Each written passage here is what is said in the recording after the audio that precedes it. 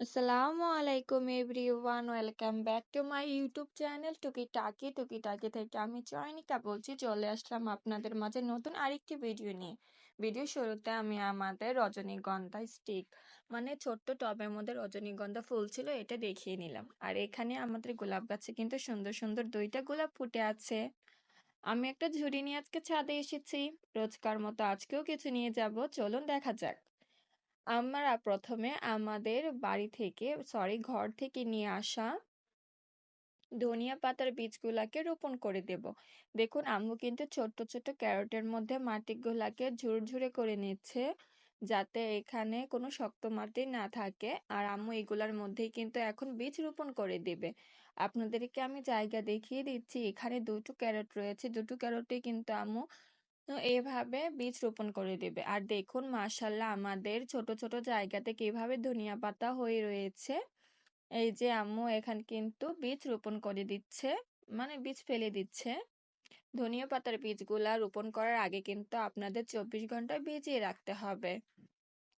আর যদি এত সময় না থাকে তাহলে রাতে ভিজিয়ে রেখে সকালবেলা কিন্তু আপনারা রোপণ করে দিতে পারেন।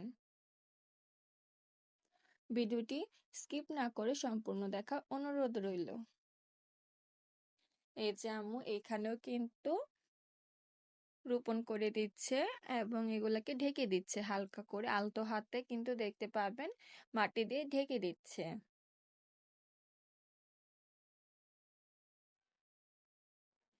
এগুলা হচ্ছে দেশি ধনিয়া পাতা। দেশি ধনিয়া পাতার বীজই লাগিয়েছি। দেখুন আমরা অফ ক্যামেরায় কিন্তু এক ঝুড়ি পেরে নিয়েছি, ওই ভিডিওটা ভুলবশত স্কিপ হয়ে গেছে। তো আমাদের ওই সাইড থেকে ধনিয়া পাতা এনে পেরে দেখিয়েছি।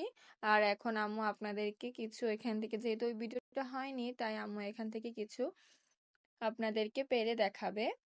দেখুন আমরা কিন্তু জলে স্থলে মানে দুই জায়গায় পানিতেও কিন্তু ধনিয়া পাতা হয়। এই দেখুন আমরা কিন্তু পানিতে ধনিয়া পাতা গাছ লাগিয়েছি। এগুলো পানিতে হয়েছে, আবার মাটিতেও কিন্তু আমরা লাগিয়েছি। দেখুন মাশাআল্লাহ কিভাবে হয়েছে। অবশ্যই কিন্তু আপনাদের বীজটা সংরক্ষণ করতে হবে সঠিক দেখে। বীজ যদি ভালো হয় তাহলেই আপনাদের ধনিয়াপাতা গাছ হবে, না হলে কিন্তু হবে না। বীজটা আপনারা ভালো দেখে বা ভালো জাতের খুঁজে নিতে হবে।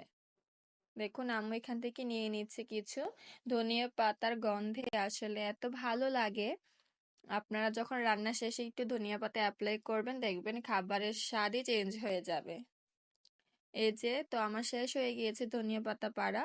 তো চলুন আপনাদের সাথে নতুন আরেকটি ভিডিও শেয়ার করি। এই যে আমাদের টমেটো গাছ আজকে ছাদে গিয়ে দেখি আমাদের টমেটো গাছগুলা মাশাআল্লাহ অনেকটা বড় হয়েছে, টমেটো ধরছে, সাথে কিন্তু টমেটো পেকেও যাচ্ছে। তো ভাবলাম আপনাদের সাথে শেয়ার করি। দেখুন আমরা কি ছোট্ট ছোট্ট 5 লিটার কন্টেন্টকে কেটে আমরা এইভাবে টমেটো গাছ লাগিয়েছি। দেখুন মাশাআল্লাহ কত বড় হয়েছে টমেটো গাছগুলা, মানে গাছগুলার গ্রোথ দেখুন মাশাআল্লাহ। ছোট্ট একটা টবের ছোট্ট একটু মাটিতেই কিন্তু কিভাবে বড় হয়ে যাচ্ছে এবং ফলগুলা কিভাবে আসছে। এই গাছে কিন্তু টমেটো ধরে আছে, সাথে ফুলও আসতেছে। সাইডের গাছগুলা তো একই। আর আমাদের এই টবের মধ্যে কিন্তু টমেটো গুলা পেকেও গিয়েছে। এই দেখুন এখানে দুটো টমেটো পেকেছে। সূর্যের কারণে আমি যেহেতু দুপুরে 12টার দিকে গিয়েছিলাম ছাদে, তাই একটা অবস্থা হয়ে গেছে। সকালে আমি লাইভ করেছি, তাই সকাল সকাল আমি ভিডিও করতে পারিনি, ছাদে যেতে পারিনি। তো টমেটো গাছগুলা কিন্তু রোদের কারণে, সকাল থেকেই রোদের কারণে কিন্তু একটু দুর্বল হয়ে গিয়েছে। এই দেখুন মাশাআল্লাহ কত সুন্দর সুন্দর টমেটো ধরেছে। আমাদের ছাদ বাগানের আরো কিছু ভিডিও কিন্তু, আরো কিছু সরি ভিডিও না, আরো কিছু জিনিস কিন্তু আমি আপনাদের সাথে ভিডিওতে শেয়ার করব। এই তো দেখলেন আমাদের টমেটো গাছের ভিডিও। এখন চলুন নতুন কিছু দেখাই। আমাদের ফুলকপি গাছে কিন্তু ছোট্ট ছোট্ট ফুলকপি ধরেছে। দেখুন মাশাআল্লাহ আমাদের ফুলকপি অনেকগুলা গাছ রয়েছে, সবগুলাতে কিন্তু মাশাআল্লাহ ফুলকপি ধরেছে, বাঁধাকপিও ধরতে শুরু করেছে। এই যে দেখুন এইটা ঢেকে আছে, আমার আম্মু একটু হাত দিয়ে সরিয়ে দেখাবে। আমি জানতাম না হয়ে গিয়েছে, আমি অনেকদিন ধরে ছাদে উঠি না। তারপর আম্মু আমাকে বলল যে ভিডিও করতে হবে।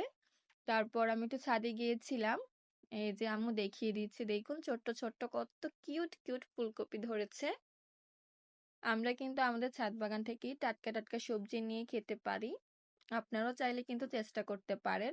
আপনাদের উৎসাহ দেওয়ার জন্যই আমাদের ভিডিওগুলা করা। রোদের কারণে আমরা সকালে পানি দিতে পারিনি, তাই কিন্তু কয়েকটা গাছ দুর্বল হয়ে গিয়েছে। ভিডিওটি ভালো লাগলে অবশ্যই কিন্তু লাইক, কমেন্ট, শেয়ার এবং সাবস্ক্রাইব করে আমাদের পাশে থাকবেন। আল্লাহ হাফেজ।